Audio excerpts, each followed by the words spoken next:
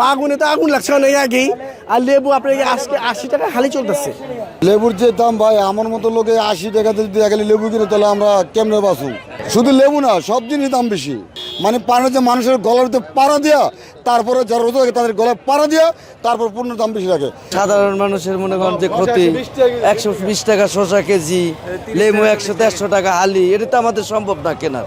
যাদের টাকা আছে তারা খাইতে পারে, যাদের টাকা নেই খাইতে পারবে না, গরিব মারা যাবে। এটাই লেবুর বর্তমান বাজার খুব খারাপ। আমরা আগে এগুলা 50 টাকা 40 টাকা হালি কিনতাম, যেটা বর্তমানে 80 টাকা। আসলে বুঝি না দেশের কি পরিবর্তন হলো। রোজার মাসে আমরা এগুলো কিনা কোনো শান্তি পাচ্ছি না, অবস্থা খারাপ, ভয়াবহ, দেশের অবস্থা ভালো না। লেবুর যে দাম ভাই, আমার মতো লোকে 80 টাকাতে যদি একালি লেবু কিনে তাহলে আমরা কেমনে বাঁচু? তারপরে 60 টাকা বলছি শুধু রমজান উপলক্ষে প্রথম রোজার জন্য। কিন্তু এটা না যে শুধু চিনি আর পানিতে রোজা খুলবো, কিছু করার নাই। কারণ আপনি বুঝেন, আমার মতো সাধারণ লোক যদি 60 টাকা 100 টাকা হালি লেবু হয়, তাহলে এই দেশে আমরা কেমনে বাঁচো? যারা আমার মতো সাধারণ কাজ করে, সম্ভব না। শুধু লেবু না, সব জিনিস দাম বেশি। গলে বুঝতে পারবেন, শুধু লেবু না, সব জিনিস কেজিতে অন্তত 40-50 টাকা বেশি। বেগুন 120 টাকা কেজি, যে বেগুন 60 টাকাও খায়নি, 120 টাকা কেজি বেগুন। 60 টাকা 80 টাকা নিলে আমার পক্ষে সম্ভব না। এটা যাদের টাকা পয়সা বেশি তারা খেতে পারবে, আমার পক্ষে সম্ভব না। এলে পানি দিয়ে আর চিনি দিয়ে গলায় খাবো, একটু লবণ দিব, হয়ে যাবে ইনশাল্লাহ। আল্লাহ রোজা কবুল করে নেবে। কারণ যে খেতে হবে, এটা যে না খেলে আমি মরে যাবো এমন কোনো কথা না।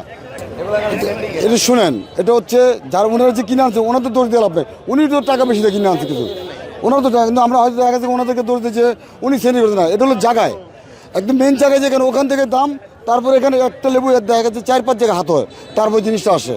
তো ওখানে কম, তারপর বেশি, ঘুরতে ঘুরতে আসে এখানে দাম বেশি। কিন্তু উনি তো কিনে আনছে একটু বেশি দিয়ে, উনি তো দাম বেশি রাখবে সবাই। এখন যদি বলতে যে বাংলাদেশে, আমাদের দেশে আমরা লোক সবাই ভালো, অনেক ভালো লোক আমরা।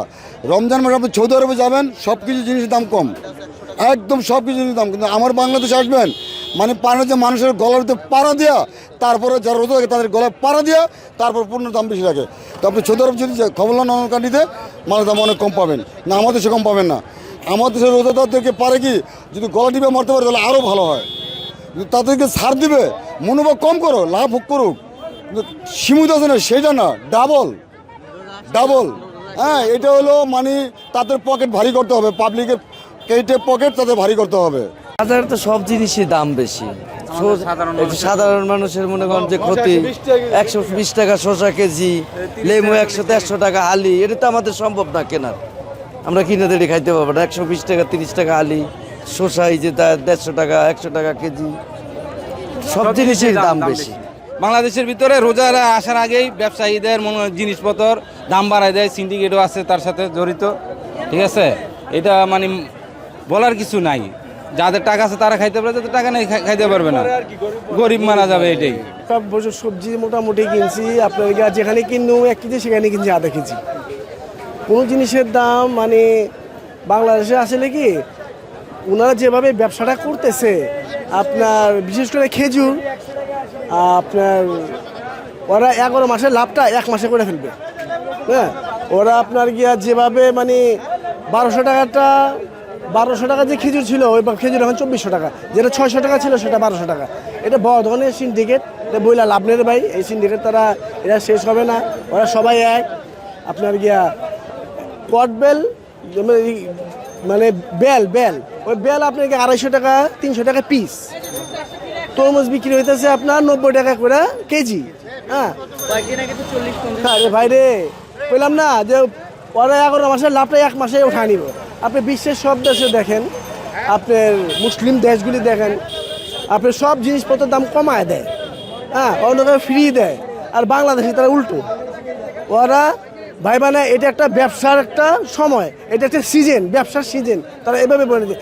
তারা যদি এই কাজটা না করতো, আজকে জিনিসপত্রের দাম অনেক বেশি থাকতো। আমার শসা কিনে 120 টাকা খাবো ভাই, শসা হবে 30 টাকা 40 টাকা কেজি, শসা 120 টাকা কেজি। হ্যাঁ, লেবু তো বাগুনে তো আগুন লাগছে অনেক আগেই। আর লেবু আপনার আজকে 80 টাকা হালি চলতেছে।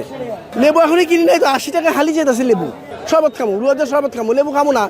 আচ্ছা, যেসব জিনিস এগুলো তো পচনশীল জিনিস, যেভাবে বাঙালিরা কেনাকাটা করতেছে, মনে হইতেছে যে দাম বাইরে গেছে, আর মনে হয় পাবো না। আসলে সবচেয়ে বড় কথা, আমাদের এখন নতুন সরকার আসছে, নতুন সরকার আছে, আমার একটা আবদার, আপনি সর্বপ্রথম আপনি গরিব বাঁচান। আপনি বাজারে মনিটরিং করেন, আপনি বাজারের দিকে একটু খেয়াল দেন যে সাধারণ জনগণ কি চায়। ওনারা তো অনেকেই আছে ইচ্ছা মতো দাম হাঁকাইতেছে, হ্যাঁ, এটা ঠিক না।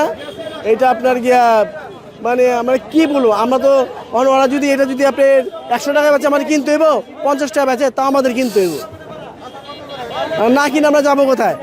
এখন আপনার সবচেয়ে বড় সমস্যা হইতেছে গিয়া সরকারের কাছে আমার আবদার যে আমরা খুব কষ্টে আছি গ্যাস নিয়ে, হ্যাঁ, আমাদের ইফতারি সেহরিটা পাকায় খামো সেটার মতো গ্যাস আসে না। আপনি আমাদের গ্যাস দেন, আর সবচেয়ে বড় কথা আপনি গরিবদের দেখেন।